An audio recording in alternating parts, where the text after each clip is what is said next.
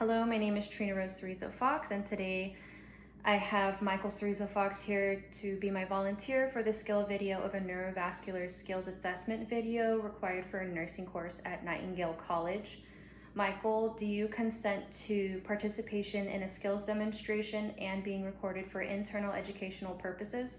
Yes, I consent to participation and to being recorded. Okay, so first we are going to assess the response to superficial pain and touch. And we're going to use a pen. I have the dull side, the sharp side, and I'm going to instruct my patient that I will be touching different parts of his body, and he'll point to it and indicate whether I touched it with the sharp or dull side. And go ahead and close your eyes. Dull, dull, sharp, sharp. Okay. Next, number 2, I will have you place the palms of your hands on your knees.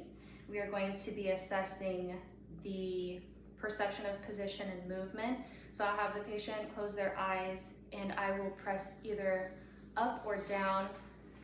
Move this a little so you can see your toes.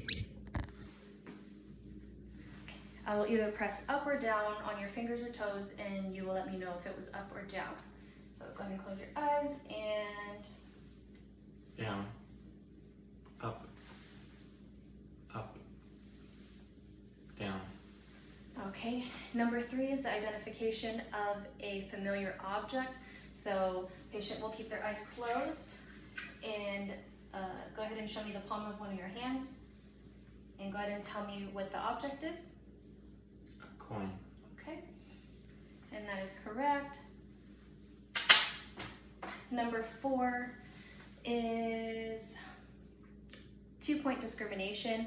So I have the points of 2 objects, and I'm going to have them far apart on the patient's body with their eyes closed again, and I will bring them closer and closer.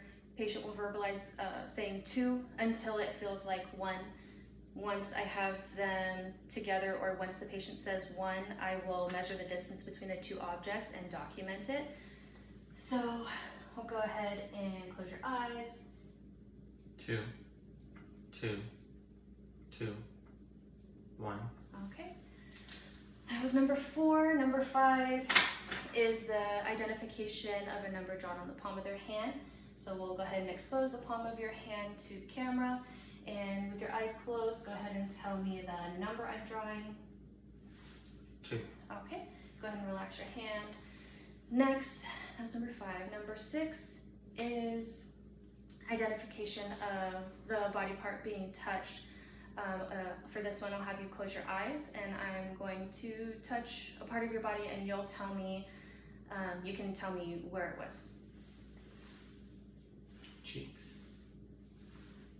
Biceps, hands, knees. Okay, that was number 6. Number 7 is deep tendon reflexes.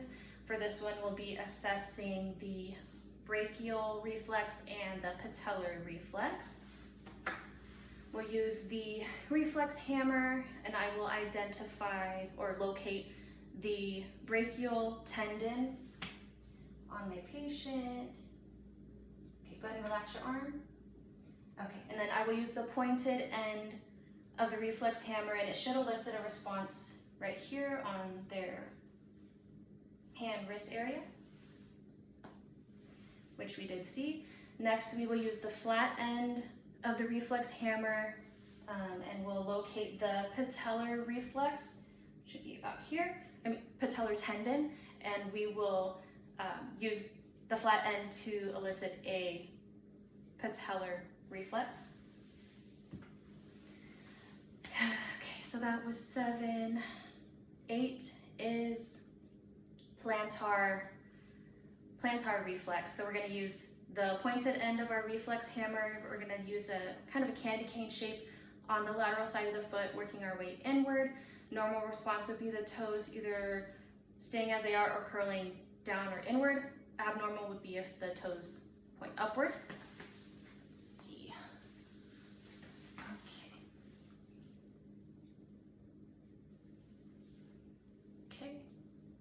time. Okay, and then, so that was plantar. Next is ankle clonus. For this one, normal response, so I'm going to dorsiflex the foot. Normal response would be that it goes back down to regular position. Abnormal would be if it went down not smoothly.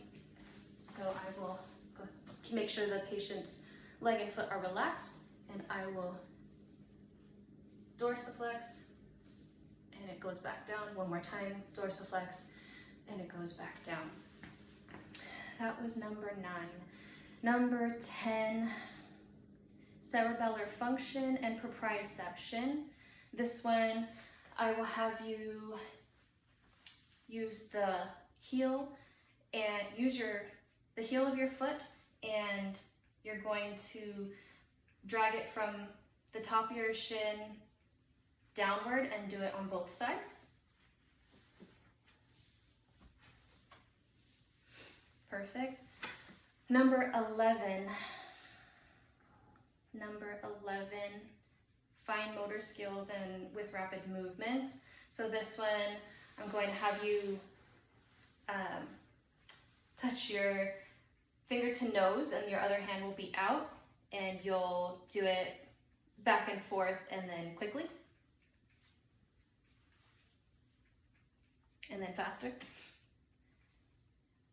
Okay, and then next, palm your hands on your legs, and then you'll place the palm of your hands up, back down, and quickly. Good. Next, I'll have you stand up and you'll jog in place quickly. Okay, good. So that was number 11. Number 12, number 12 is the Romberg test. So I'll have my patient stand here, and then I will make sure their feet are about shoulder width apart, and this is to test their balance. And they will close their eyes, and I will stand next to them just to make sure that they don't fall for safety reasons. And then this, in the real world, would be tested for full 60 seconds. For the purpose of this video, we'll do it shorter than that. Okay, so that one is complete. And the last one, we will assess the patient's gait. For this one, we'll be evaluating 4 things. We will evaluate posture, rhythm, arm movements, and stride sequence. So let's see, we'll have you, okay, go ahead and walk towards the camera. Okay, and go ahead and walk back. Perfect. And I would make sure that my patient is in a comfortable position, call length within reach, hand hygiene, and document my results. That concludes this video. Thank you.